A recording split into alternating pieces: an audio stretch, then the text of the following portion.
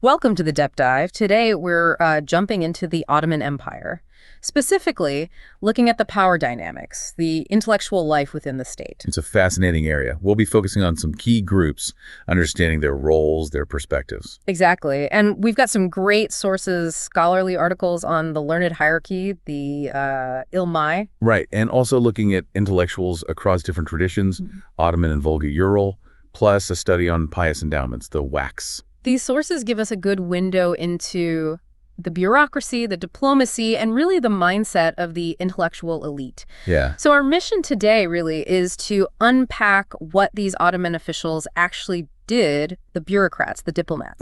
And get into the specific attitudes of that Ilmiyye class towards state politics. Yeah. How did they see their role? And importantly, where did conflicts arise? How were they resolved? Especially, concerning the Sultan and their relationship with the Kalemiyye class, the admin guys. Okay, let's get into it. The Ottoman state structure is key here. It really is. You have those three main classes people often talk about. Right. The Ilmiyye, the learned folks, religion and law. Then the Kalemiyye are the scribes, the administrators, the men of the pen. And Seyfiyye, the military, the men of the sword. Exactly. And while all were crucial, our sources often point to the Ilmiyye, the learned hierarchy, as having a sort of preeminence. A lot of top state figures came from their ranks. Yeah, that's interesting. And when we say Ilmiyye, or the Ilmiyye Teşkilatı, the organization, it's not just scholars in ivory towers. Not at all. They were right in the thick of it. Think about the Sheikhul Islam, the top religious authority. Huge influence. Or the Kadiaskers, chief military judges. And the Defterdars. Chief financial officers. Precisely. And the Nishanshis, they handled the Sultan's seal, the Tugra. Hugely important for the chancellery. Plus, you've got the regular Qadas, the judges out in the provinces, the muftis issuing legal opinions, the fetvas. And the mudarizes, the professors in the madrasas, the religious schools. It's a whole ecosystem. And the expectation was that these bureaucrats, these officials, needed deep knowledge. Absolutely. That's a theme you see in Islamic states going way back, Umayyads, Abbasids. Knowledge was power and essential for administration. So this idea of men of the pen, the Kalemiyye, alongside the sword and religion, it was formally recognized Ottoman political theory. Yes, pillars of the state. And it wasn't new either. Well, even before the Ottomans, you often saw viziers, the chief ministers rising up through the administrative side, the chancery or the exchequer. That bureaucratic skill was highly valued. Okay, so let's focus on this Ilmiyye class. You said they were prominent, but they weren't static, were they? They changed over time. Oh, definitely. That's crucial. It started, relatively small, focused mainly on fiqh, Islamic law, jurisprudence. Okay. But over centuries, it grew, became much more structured, professionalized. It really evolved into a major social and political elite. How did that professionalization happen? Was it centrally controlled? It varied. Sometimes state powers, like the Mamluks in Egypt, controlled educational appointments. Other times, the elite scholars themselves had a lot of say. Personal connections, reputation, they mattered. And you mentioned the mufti earlier, kind of the first distinct intellectual role. You could argue that, yes. As society and law got more complex, you needed experts who could give authoritative opinions. The mufti filled that need. That demand really shapes the Ilmiyye's development. So fast forward a bit. Mid-16th century onwards, the empire's facing challenges. How does the Ilmiyye react? Do their attitudes to politics shift? They do. Increasingly, they seem to feel a responsibility to diagnose the problems and, offer solutions. How do they do that? Through writing, mainly. We see more and more of these layas, basically reports or memos and siyaset names, those mirror for princes type advice texts. And who are they writing these for? Often directly for the Sultan or top officials. They'd warn about political issues, social decay, economic problems, military weaknesses, and suggest fixes. Were they quite blunt? Sometimes, surprisingly so. It suggests they felt they had a certain standing, a degree of maybe intellectual independence to speak truth to power, or at least offer critical advice. But it wasn't all just advising outwards, was it? Our sources mention internal problems within the Ilmiyye itself. Yes, particularly by the 17th century, ulema figures were writing about corruption within their own ranks.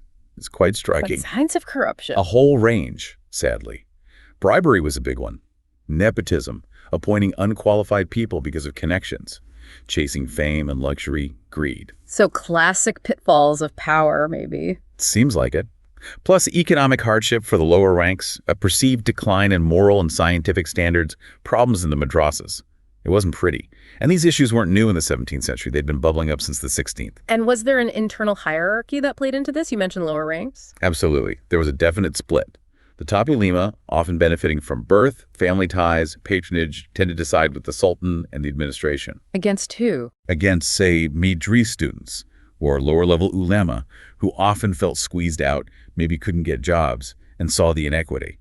So you have these internal tensions based on status and access. Which naturally leads to thinking about conflicts, especially with the sultan.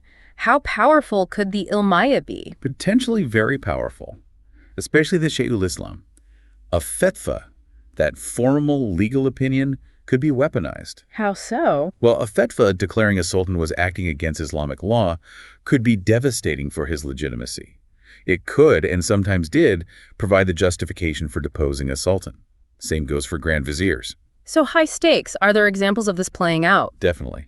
You have cases like Hassan Pasha clashing with the Shaykhul Islam. He actually managed to get one dismissed through maneuvering. Right. But then you have Grand Vizier Sarah Mehmed, who seems to have made a point of consulting the Shaykhul Islam, seeking harmony, just so the relationship could vary. And the sultans weren't just passive in this, right? I remember reading about the Huzur Dursleri in the 18th century. Yes.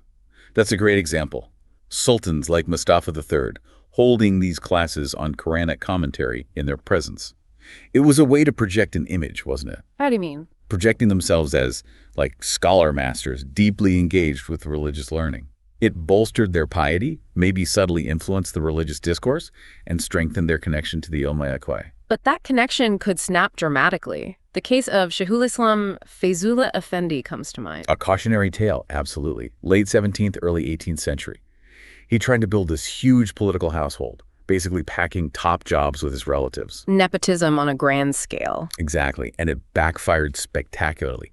Massive public and military reaction, the Adern incident in 1703. Feyzullah Effendi was overthrown, executed. Wow, so there were clear limits to their power. Definitely. You couldn't push it too far against other powerful groups or popular sentiment. And we also know about Madris uprising students and lower clergy protesting, often about lack of jobs or opportunities. So internal turmoil, too. Okay, let's shift focus slightly to the Kalemiyye, the administrators, the scribes. How did they fit in relation to the Ilmiyye? Well, the basic difference is focus. Ilmiyye, religious knowledge, law, education.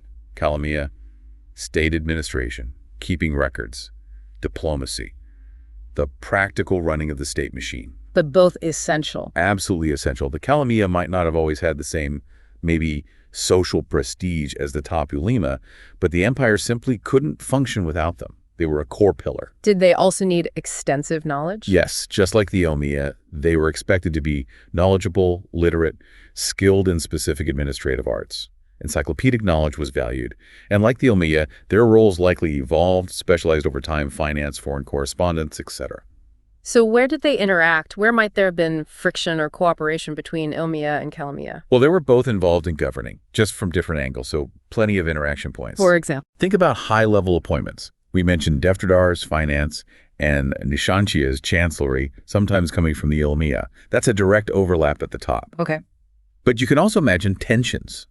Different priorities, maybe competition for influence or resources, and problems in one area could spill over, like that case mentioned in the sources about treasury clerks, probably Kalemiyye being caught taking bribes. Right, the Grand Vizier had to step in. Exactly. That kind of administrative breakdown affects the whole system, which the Ilmiyye are also part of and rely on. So interconnected, sometimes cooperative, sometimes maybe rivals. This really highlights some fundamental contradictions or tensions within the Ottoman system, doesn't it? It really does. Several stand out. What's the main one, would you say? Probably that core tension between religious authority held by the Ilmiyye and the Sultan's political power.